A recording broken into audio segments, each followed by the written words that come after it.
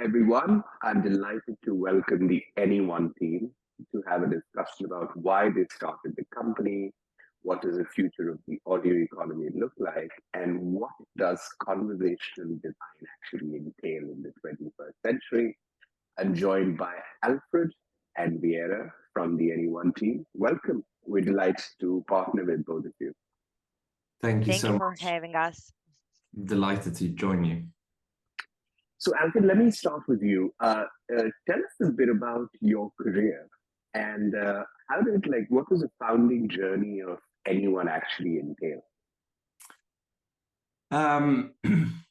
Yeah, that's a question that always, if you run the risk of talking for half an hour, so I'm going to try to make it very short and try to find some cohesion in it. But I spent the majority of my career at Google in marketing and product. And I kind of come from a general marketing background. And when I left Google, I promised myself that I would never do a startup. And I felt quite burnt out by technology.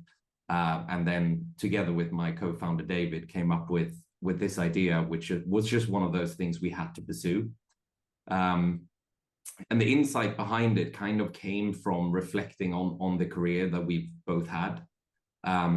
We both reached quite senior corporate positions. And one of the things we immediately realized when we left was that we lost access to networks. And that one of the greatest benefits of being a senior leader in technology was just the access you have to amazing people to learn and to grow and develop. And the irony that kind of the place where you need it the least at the top of a tech organization is when you can access it the most. And we set out to try to find a way where we could flip that and level the playing field and see if everyone could get the same access as we had once had, and if that could be solved with technology. And that's really interesting that both you and your co-founder and Vera, who was speaking to before we started, your undergraduate degrees are all in liberal arts, or at least both the co-founders. And we love that, because personally, my foundational degree was mechanical engineering, and then I got an MBA. Apart from that, there are degrees in philosophy and liberal arts, which I believe makes me, a slightly more well-rounded leader. And personally, at Network Capital, our mission is to enable people to have the career transitions and build their category of one. And especially when liberal arts people build product companies, we love it. So kudos to you and your co-founder and the entire team. Tell us the early days. Why build Anyone? What was the story like? How did you both of you meet, and why did you decide to build it?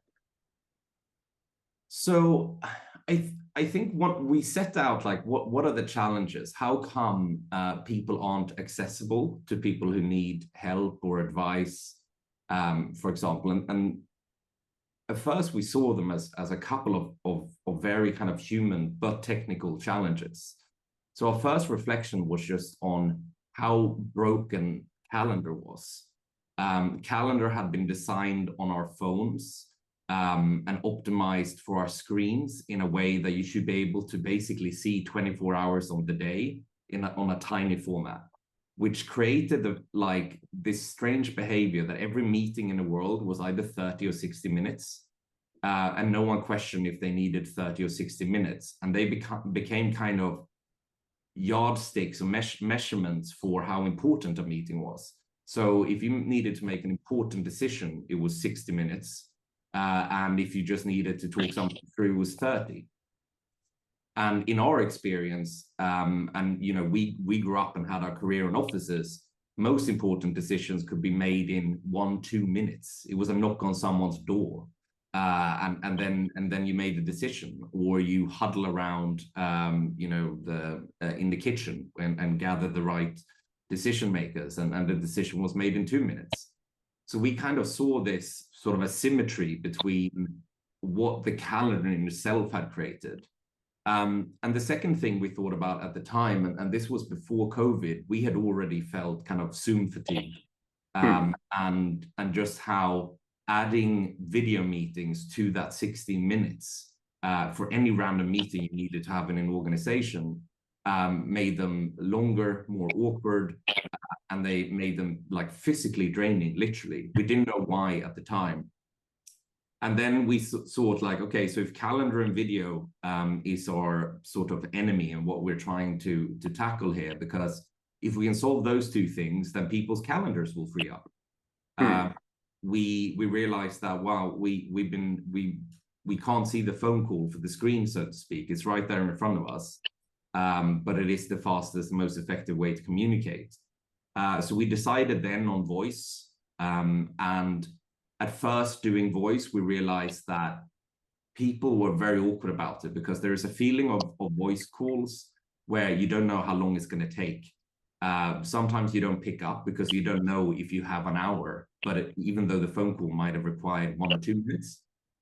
So that's when the idea of 5-minute kind of came as a cap. And 5 minutes had this like colloquial term, you have 5 minutes. It's kind of what no one can say no to 5 minutes. If you say no to 5 minutes of someone's time, I don't think you're a very nice person. So we kind of use that saying as a way of creating a behavior. And that's really how we started. We were like, what can you get done in 5 minutes? And quite quickly, the question became, what do you actually need more than 5 minutes for? We were like, okay, let's discuss the meaning of life. And we were done in like a minute. Seemingly the most complex question on the planet did not need a 60-minute Zoom call or any note takers. So yeah, that's how we started. And at first we explored, could we solve kind of expertise? That was very tricky because most people who call themselves experts, what they have in common is that they're usually not. And like the real experts usually have the humility to say that they don't fully understand something, but they have strong perspectives that can be helpful or useful to other people. We then went over to advice, and our business model at the time was a marketplace where we had great success in finding people who wanted to give advice. We'd really come across a inefficiency there with a lot of people who wished they could give back more, a really strong need to help young people entering industries and so on. But what we built up this fantastic supply of just unbelievable people that I could never have imagined talking to, and no one called. And then we had to set out to learn, like, why aren't people calling? And it was both kind of scary. I think we were talking to a generation who weren't used to phone calls, but the main barrier, I think, was much deeper than that, which is one of the most beautiful things about human nature is that we like to have a go ourselves. I like when my dishwasher is broken, I'm like, maybe I am a plumber. I want to have like 3, 4, 5 goes myself at fixing it. And then maybe I go to YouTube because I feel like that's the least embarrassing option, is to try to learn how to do it. And then my absolute last resort, then I might call my dad before I even call the plumber, right? So we were actually, we'd found a beautiful idea that everyone agreed on in principle, but no one really agreed on in practice. Advice is kind of daunting. If you say you need advice, you first have to be strong enough to admit yourself that you don't know what you're doing. And that's one of the scariest things we can admit to ourselves as human beings. I mean, life is sort of like the endeavor to ignore that you're clueless. But then we still, along this whole journey, we kept building users. So we set out discovering, like, okay, why are the people who are using this every day, why are they using it? And we stumbled upon the fact that a lot of very bright young people use advice as business flirting. It's a great way to get to know senior people. You kind of get them to feel revered and respected, and you lean into kind of like fears and insecurities of that everyone has.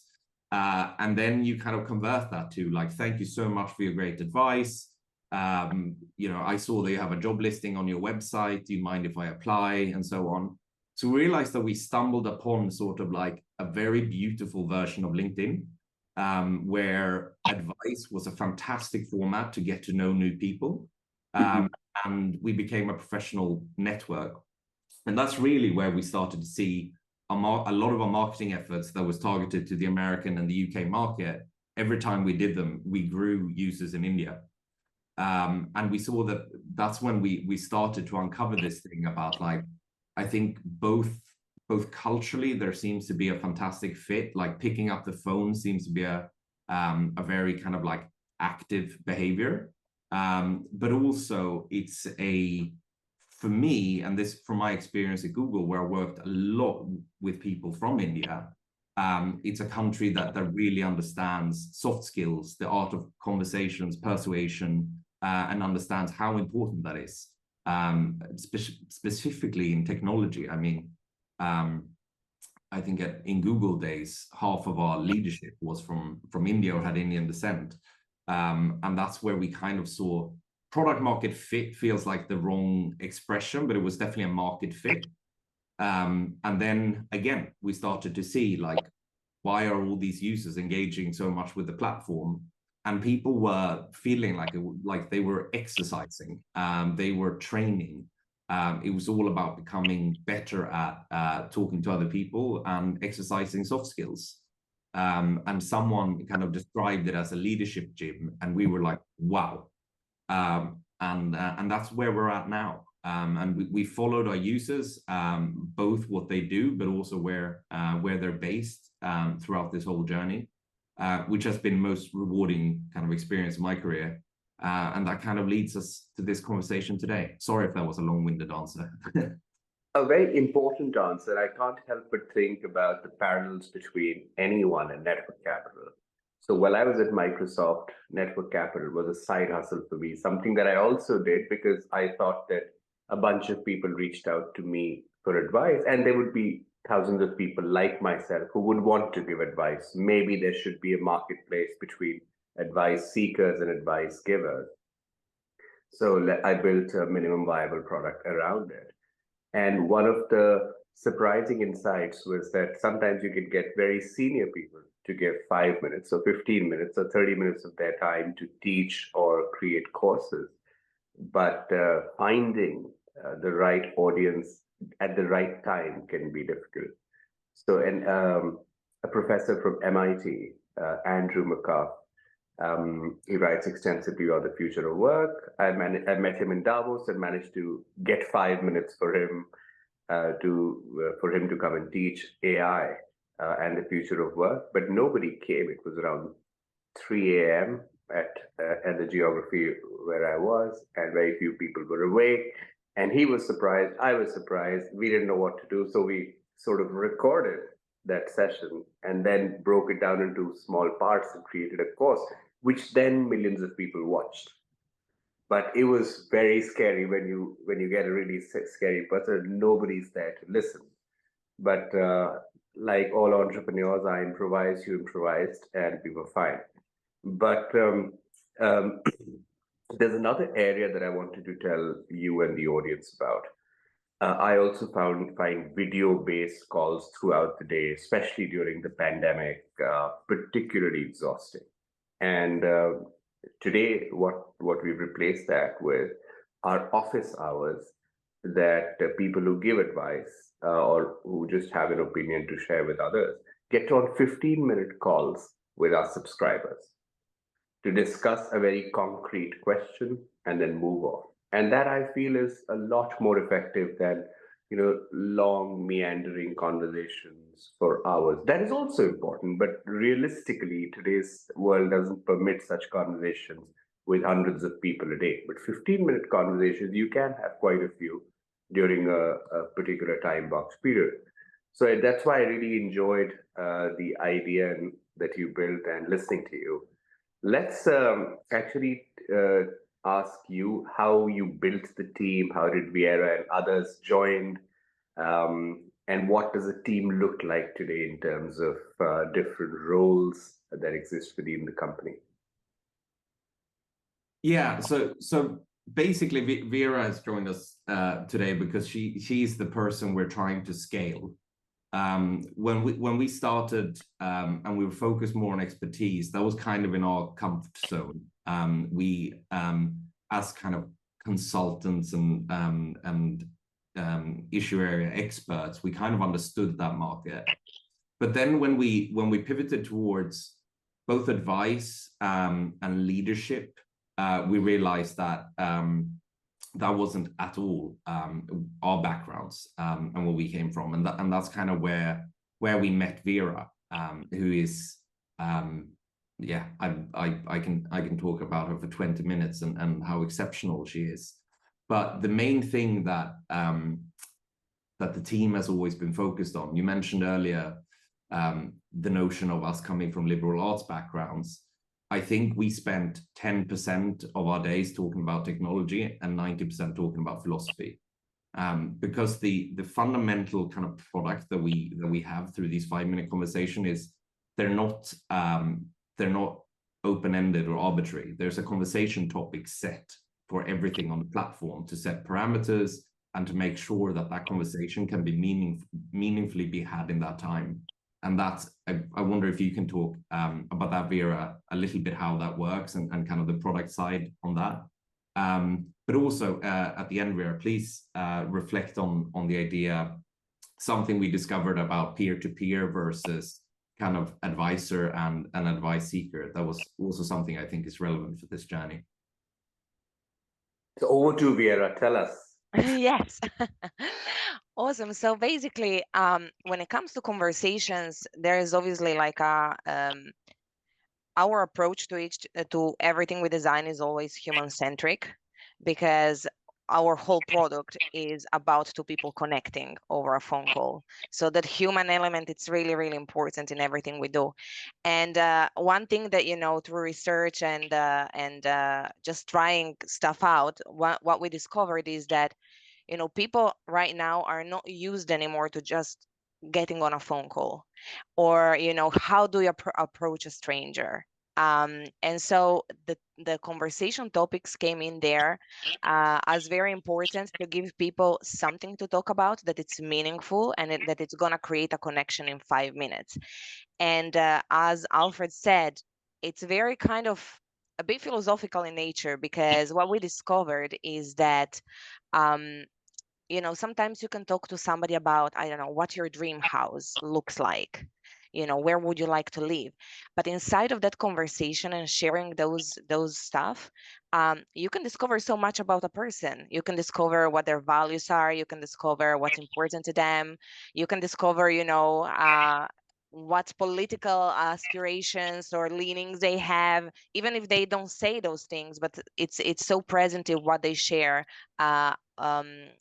about the way they want to live, or the way they do things, or their aspirations in life. So that's the context of that. And you know, designing something that works for 5 minutes is also really important. So having topics that are short, that are clear, but they still have that depth that people get to share in 5 minutes. And it's just so beautiful when you see that happen and people have the serendipitous conversations.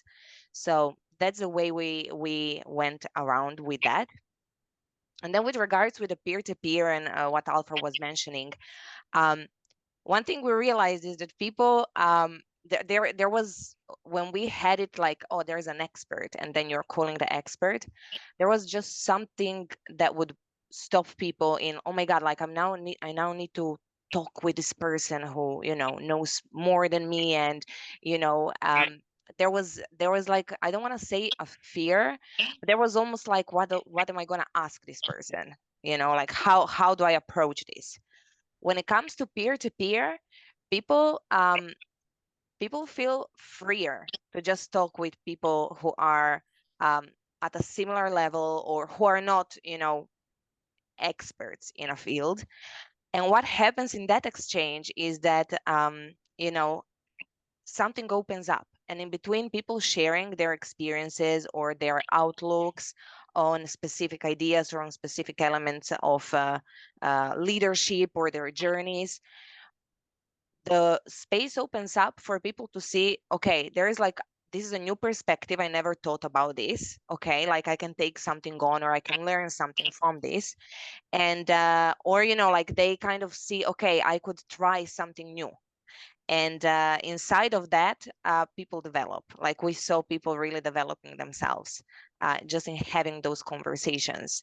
And just another thing I want to say is that conversations are really, really crucial for development, right? Because the more time we spend talking about something, the more we actually become that, you know. And you could say that we are the conversations we have with people. So creating this network of conversations is something that it's really important for people's development. Fantastic. I don't know if you've bought the domain doyouhave5minutes.com or not, but I think you should because it's such a catchy title. But anyone is more than 5 minutes. Like there's an aspect of leadership, there's an aspect of courses, conversational design. So could you just walk us through the entire canvas? And I want to tell you that I'm going to then segue into how you're trying to build your category of one and ask you about competition because a lot in the audio economy has not worked. So let's approach it in a structured way.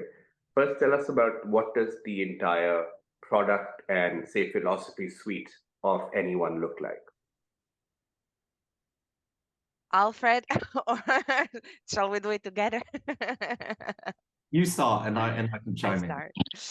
Okay, so so we have obviously, apart from the conversation, that 5-minute conversations, we created this leadership diagnosis tool, which is a quiz that you can take, and based on the answers, you did take it. Took it and I also gave it to, I teach a class in Oxford out of interest to undergrads, and I gave it to them.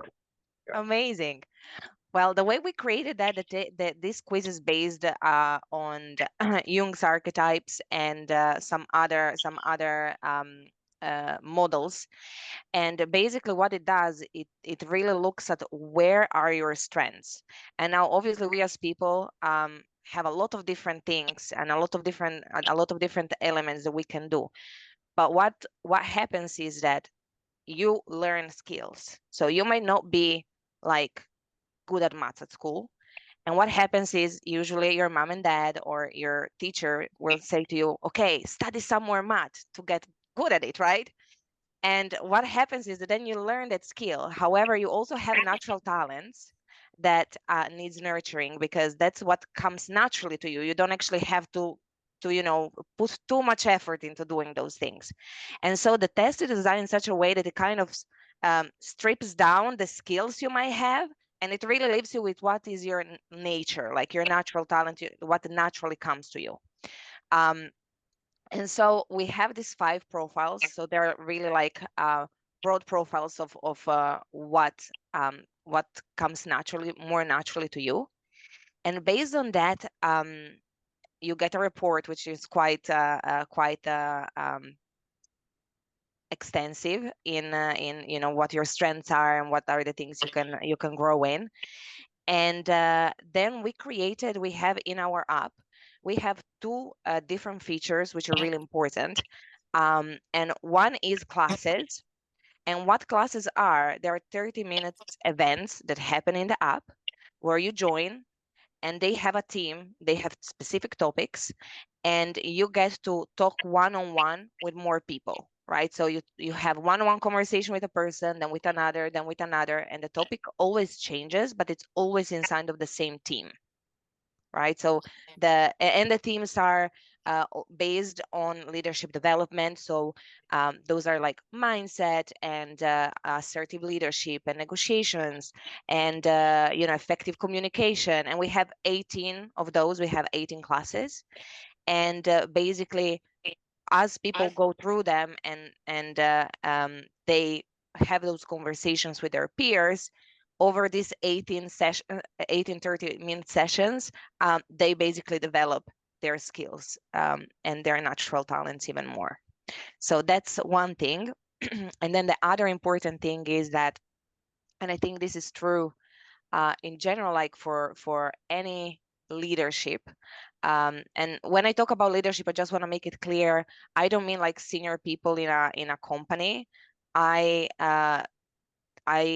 think about leadership that lives within everyone. And, you know, some people know that they're leaders and some people need to discover that about themselves, but everyone has leadership, and leadership doesn't have to just be based on the role you play in a company, but it's based on, you know, who you want to be and how you want to develop. And you can always make a difference no matter where you're at. So inside of that, accountability is really important. So we have this other feature that it's just called check-in. And check-in is this very serendipitous phone call where you just join, and it randomizes the person you're going to be matched with and the topic you're going to get. And so you really have just 5 minutes a day where you check in with another person, one of your peers, that you might not know. So you also build connection, and you build a peer group while you do that. And you really get to then, you know, just have that conversation that kind of grounds you for the day, and makes it clear for you, okay, what are the things I want to do today? Okay, what are the things I might have to let go of for today because I actually don't have the capacity to do them? And it really sets you up for having a positive day, basically. I loved your term philosophy suite, and I think that's been, I'm going to steal that, the kind of underlying realization that we had with kind of like one of the powers of the app was the idea that you could get something that would otherwise be very, very hard to arrange or create outside of anyone. Was this feeling of connection, of safety, like we feel very safe because we don't know the person we're speaking to. It's sort of that we're never more honest than when we talk to a stranger on an airplane, because we know it won't have any repercussions for us. Like nothing will happen, everything is safe with that person because they. And so I think that it creates this incredible space. The other thing, like for me, leadership has been sort of co-opted by a very strange class of people that try to make it sound like it's about management. And I think that's one of the greatest misunderstandings there are, that it's an idea of like managing down. I think leadership is prevalent sideways, downwards, upwards, and it's more defined as like people's abilities to help to make a group execute a task that is a priority for you. And we need a wide range of muscles to make that happen. Everything from inwards facing things like our ability to communicate in what way we do it, but also a great sense of empathy to understand other people's goals and objectives and so on. And the phone call format is absolutely brilliant for all of these kind of qualities and to exercise them, because this is quite geeky. But something fortunate for us was that there was a lot of research done on things like Zoom fatigue, on meeting people in person, and the different effectiveness of different communications challenge because of the pandemic. People got interested in it. And something that is very underexplored, but hugely fascinating, I mean, obviously to us, is something called vocalics, which is your voice's body language. And there was a study at Yale where they put, I think it was like 60 different test groups to have conversations in different environments. So everywhere from a Zoom call to a one-on-one meeting to a group meeting, etc. And the question they asked after was designed to figure out who had understood the other person the most and who had learned the most about the other person. And it was two people speaking in a dark room, because when you can only hear the other person, suddenly you don't see all of the things we try to do with our arms and our hands to posture and cover for our weaknesses or defenses and accentuate, etc. But instead we start to listen to frailties in the voice, to excitement in the voice, to maybe indecision in the voice. And we have all of these magical things in our voices that we've kind of forgotten about. And that is often kind of like we're distracted by hands and shoulders and facial expressions. But so in this particular kind of like instance of of trying to both listen, but trying to speak and becoming better at it. The phone call is just pretty much the only way to actually do it. I love that. And talking about the philosophy suite, there's so much overlap between what we do at Network Capital and what you're doing at Anyone, that in the months to come, we should really collaborate on things like Serendipity Thursdays that we have, or some of the courses that we run on leadership, maybe some in-person discussions, but we can come to that. This works. In practice, there is definitely a market for it, but it hasn't been easy to carve out a niche for yourself. There have been lots of audio-based applications, leadership applications that have not quite found product market fit or have failed after finding product market fit. So tell us about what has worked, what is working, and sort of the evolution of the audio economy that you're observing. It's a fantastic question, and I wish I had an answer to it. But some observations that I think has been interesting in kind of like the last 4 years. Obviously, when we started, out of nowhere, Clubhouse came, and podcast was already extremely prevalent. There then started to become quite a lot of platforms for coaching and so on. I think there's two things that we've always talked about, which is like, what is content and what is experience? And in a way, Clubhouse provided, in the beginning, it felt like it provided a new experience, but it was actually content. And I think when Twitter came out, I realized, they said it created an expression that a blog post could have been a tweet. And I think Clubhouse, I felt quite quickly that room could have been a podcast. And so I think content and audio is like one thing. Because we've always focused on providing experiences, we felt like we're a little bit outside of the majority of sort of kind of like the audio economy in a way. And we've always focused on, I think we've had probably 1,000 people to date that have cried on our platform because those 5 minutes were so profound. The question was so good. It opened up something in them.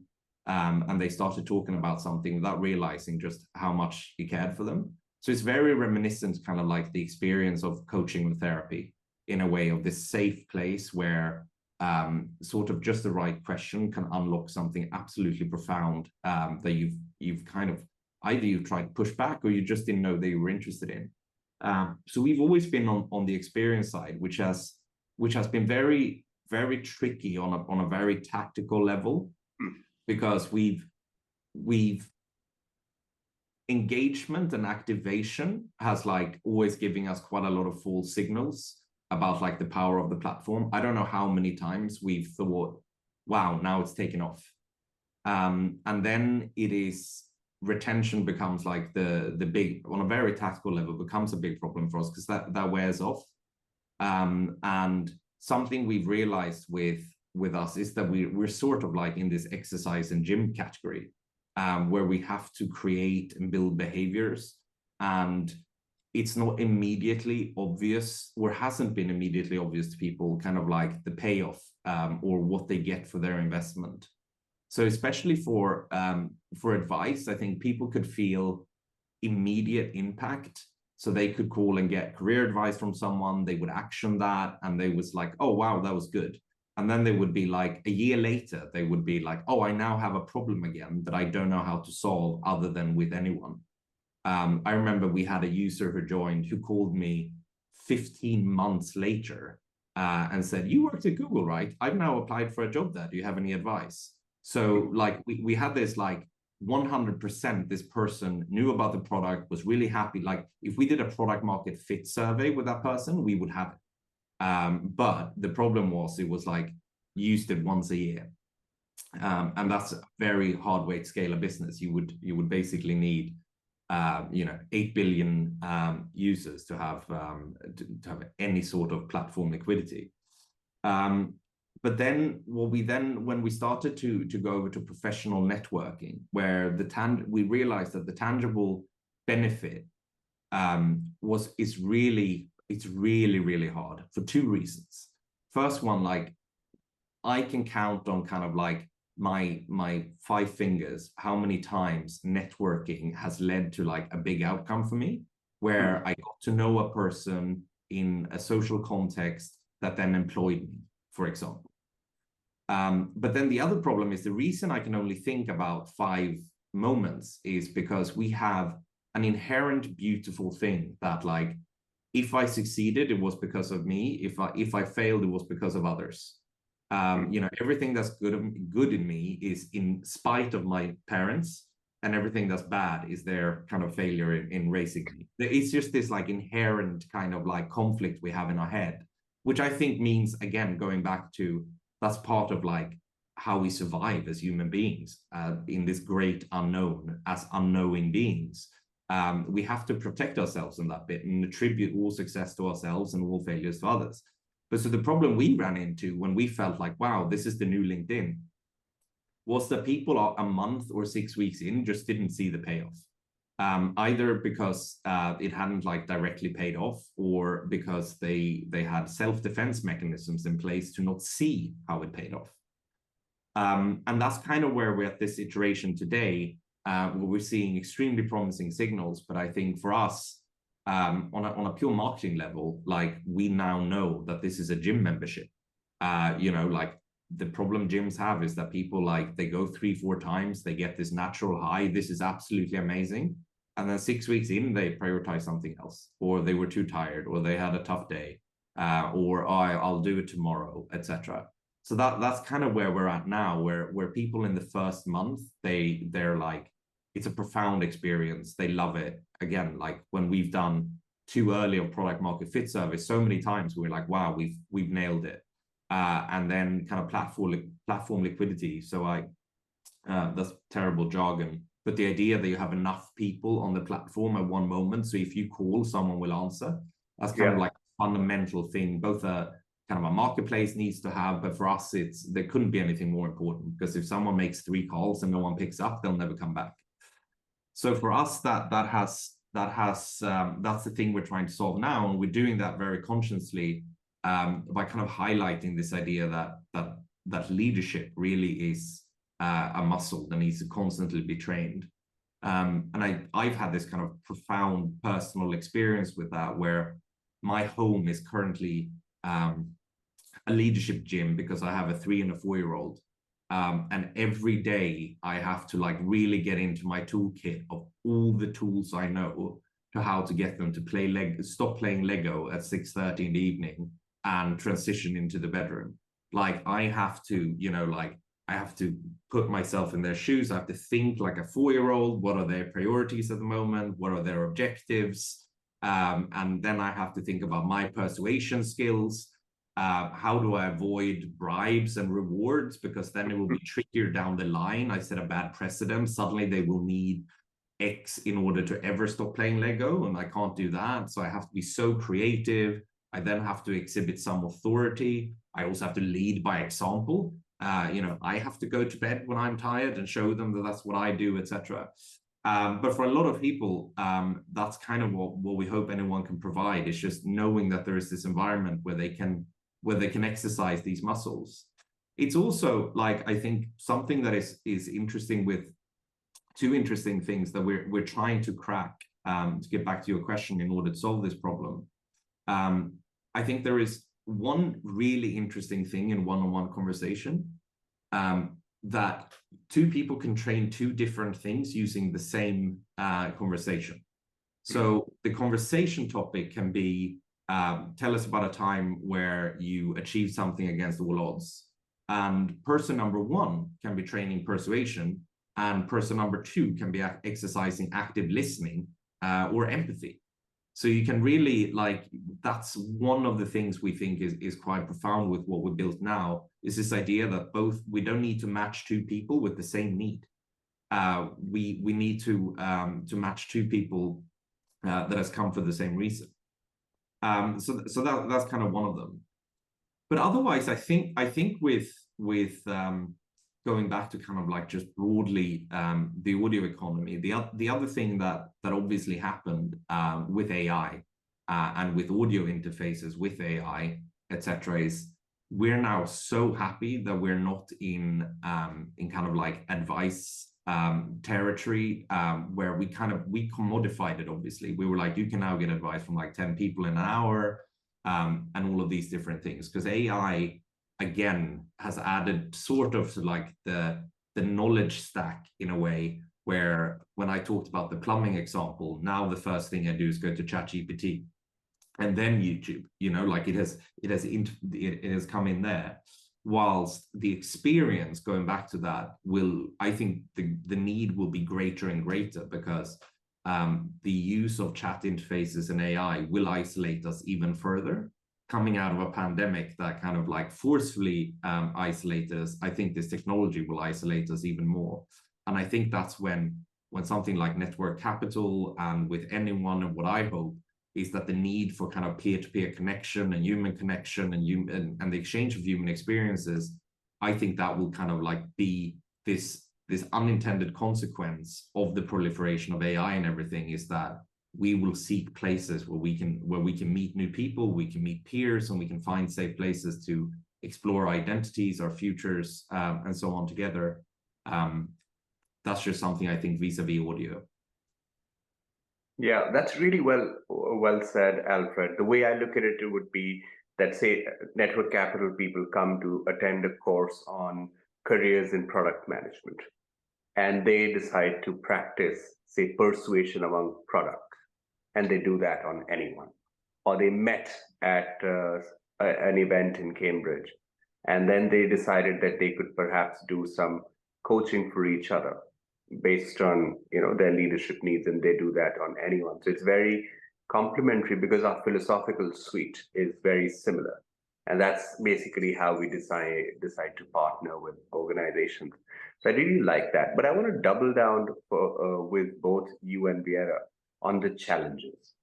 So one thing is really having brilliant prompts and designing the conversations so that people's 5 minutes are effective to unstructured 50 minutes. But still, like, finding data to improve the system is not a trivial engineering challenge. So I'd love to hear about that. And second, I'd love to also hear about some of the challenges that you had to experience before you came up with the ideal conversational design. Like, what would that process look like? And lastly, then we'll conclude with some discussions on capital, like how will you make money? How are you making money? That kind of stuff. So let's start with data and then move to conversations. Vjera, do you want to talk a little bit about how you give feedback after the calling experience? Yes, I can talk about that. So the way we obviously like collect data, there is an element of quality to it, right? Just in the nature of what we are creating. So we collect quantitative data in terms of how many people come onto the app and how many calls happen, and all of that we do obviously have. But what we realize is that the most important thing and the most important data comes after a person has a call, when they can actually say how that call made them feel, or like what that call enhanced in them. So do you feel more creative? Do you feel more empowered? Do you feel more open-minded after this call, right? So people, the way our calls are designed in the app is that after the call you get asked those questions, and you also get asked your reflections. So anything that came up for you, or anything that the person you talked to contributed to you, you can basically write it in the reflections. And one of the things that we're looking at right now is how can we take those data, this qualitative data, and actually create it in a visual way, so that our callers can actually see that for themselves, and they can see, oh, in this amount of time I actually had I don't know, 10 calls, and these 10 calls made me more creative, open-minded, more courageous, or whatever it is. And these are the reflections I had, and this is where right now what we're working on is how to actually present that back to the user. So that's where we're at with data. And then you ask about conversations, right? And how, like, and the research around that. Well, that was a lot of trial and error, to be perfectly honest. We had to really like kind of understand. Sometimes you might think you have an amazing topic, wow, this would be great to talk to somebody about, and then when you are in the conversation you realize that it's not, and when I say it's not is because a topic, although it could be a great topic, you might end up having a conversation that is just like a yes or no. I might ask you, like, which kind of animal would you like to be? And you can then say, I want to be a giraffe. And I say, well, I want to be a whale. And then the conversation kind of stops there, right? And we still have 4 minutes and a half to go, right? So it's really like about how you actually like phrase that. And then you have the opposite of that, is where, you give a prompt that it's way too much and people don't get to unpack it in 5 minutes. So it was really important to kind of find a balance of what would work for those 5 minutes.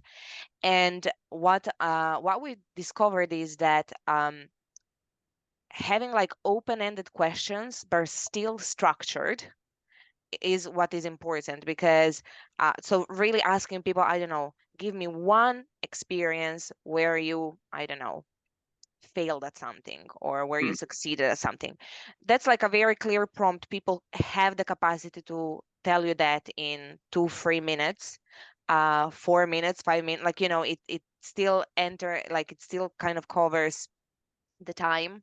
And you learn so much out of having an exchange like that.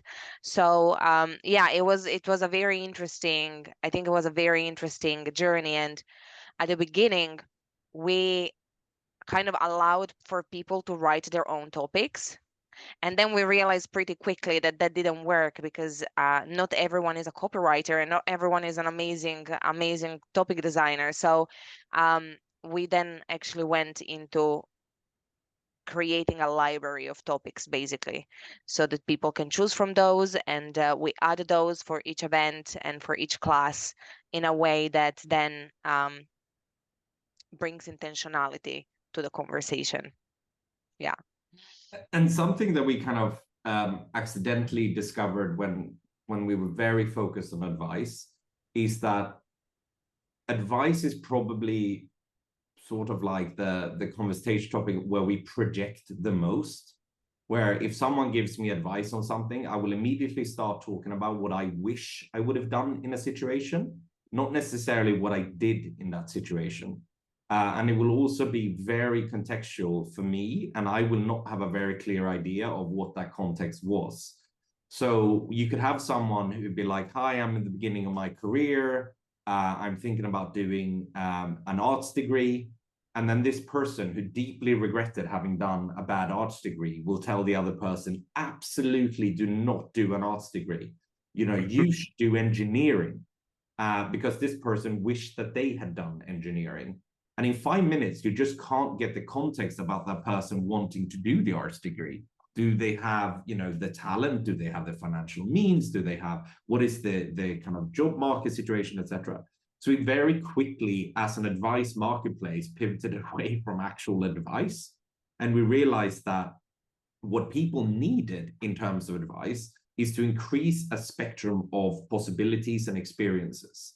So the most helpful thing for me when I'm going to make an important decision is knowing kind of what 10 other people have done in a similar situation, so that I can put myself on this spectrum and make a decision similar to what someone else did.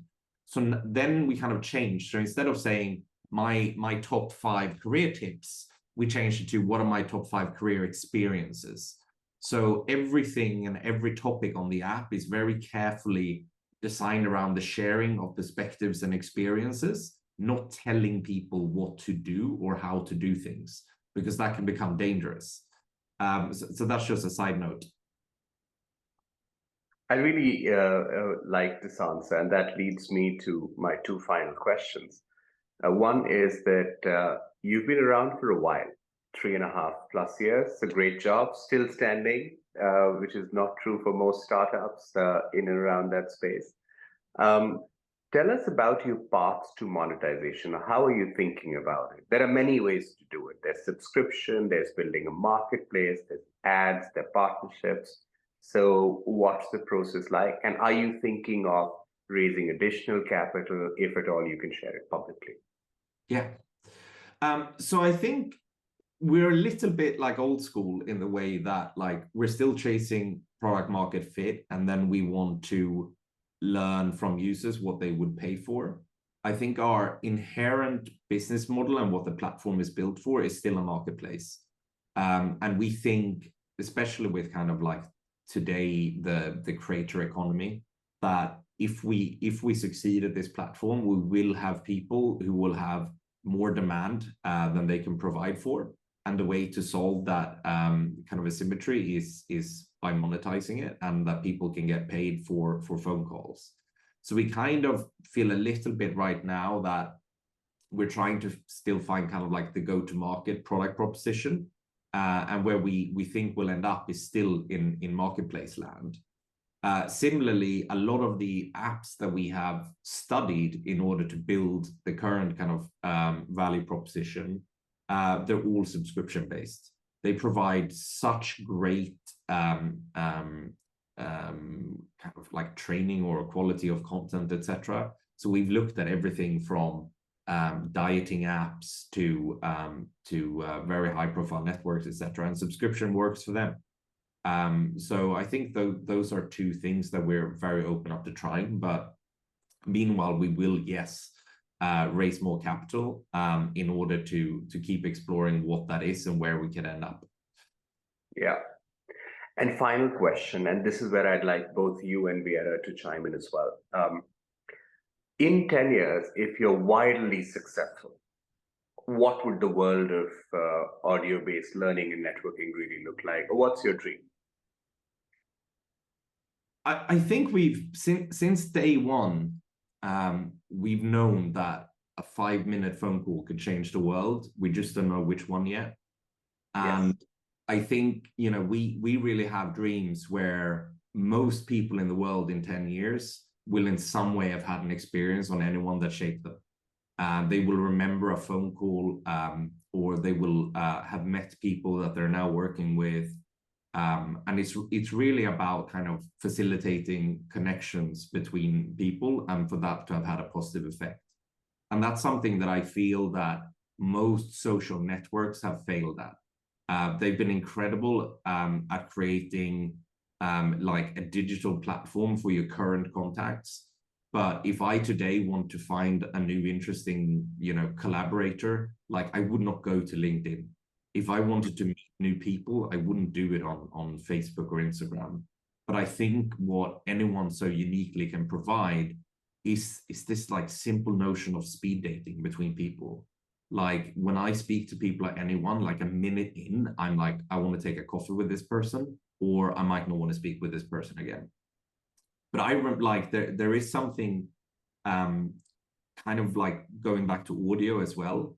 Part of the problem with video conversations, so not video content, not watching a video, but being in a video conversation, is that the brain is tricked into thinking it's 3D.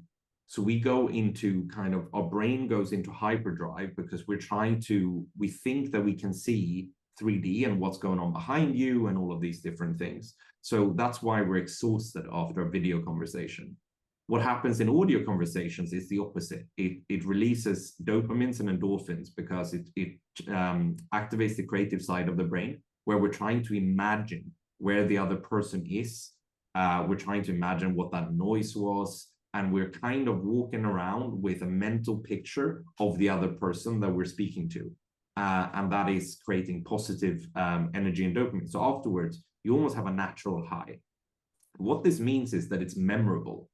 And I think I can remember maybe 75% of the thousands of phone calls I've had on anyone. I have like strong memories of conversations.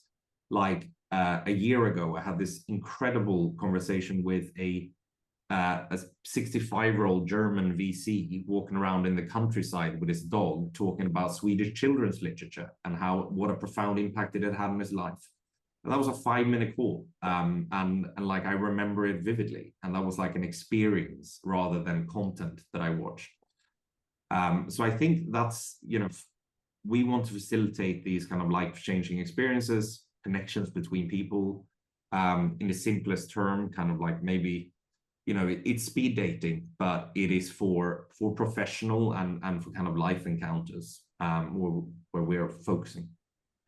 I don't know, what do you see in the future, Vera, if we have succeeded? I mean, everything you said, I definitely second that. And what I would add is that for me, it's definitely like, I think, and I deeply believe that, you know, conversations can shift society.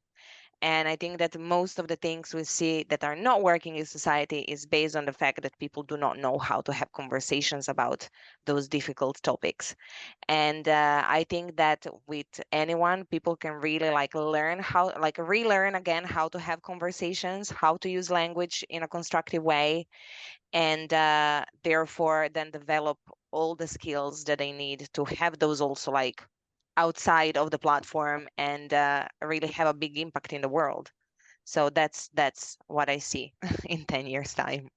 Love that. You know, personally, what I would love, in addition to what both of you described, is the fact that people from vastly different political, philosophical, Yeah. social backgrounds have 5-minute conversations with others who don't share their belief. Yeah. And then find the common ground and start companies or, you know, become really good friends. And typically, when you think of networking, it often starts with a drop, like a minimum viable action, minimum viable step, and then it can scale. So if the minimum viable action by default happens on any one of platforms like that, we would see a lot of that proliferate. On Network Capital, I know people who've met, who've started unicorns together, who raised a lot of capital together, got married, started, you know, created jobs for each other. And it all started with like, you know, a single comment or a post or listening to a conversation like this. So yeah, a 5-minute conversation can truly change your life. We just don't know which one. Thank you so much, Alfred and Vjera, for joining us on a Friday morning. Thank you so much.